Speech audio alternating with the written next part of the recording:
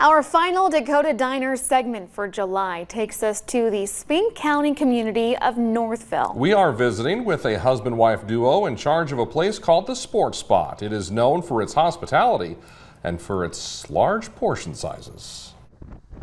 Northville, South Dakota is like a lot of towns on a warm summer night. There's a baseball game underway with moms and dads sitting in the shade as their player works hard on the field. In Northville, the field is behind the old high school building, which is 107 years old. And if you know where to look, you'll find a place called the Sports Spot. There's people hear about the place and they'll drive around trying to find it, and that's the last place they look is in the schoolhouse.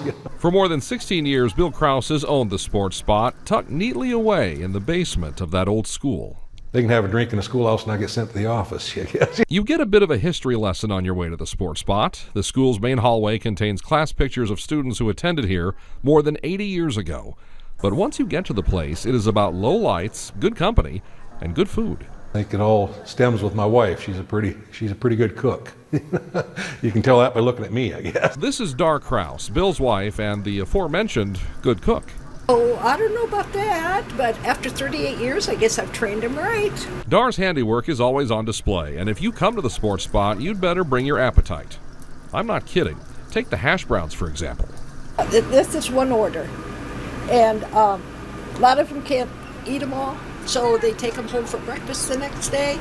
And most everything is served here in portions this large, not necessarily by design, but by experience. I grew up on a farm and I married a farmer, and you're just used to eating as much as you want, and it's a hard habit to break.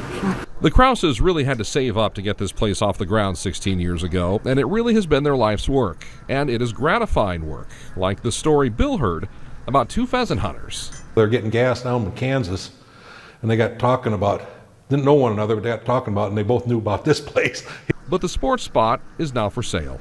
Both Bill and Dar are in their late 60s, and it's time to hang it up. You know, Bill's ready because he wants to hunt and fish, but I'll have to go get a part-time job somewhere. But until the sale happens, baseball games will be played in the shadow of this century-old building with the secret Sports Spot tucked away. Now, to see all of our stories in this series, search Dakota Diners over at our website, KSFY.com.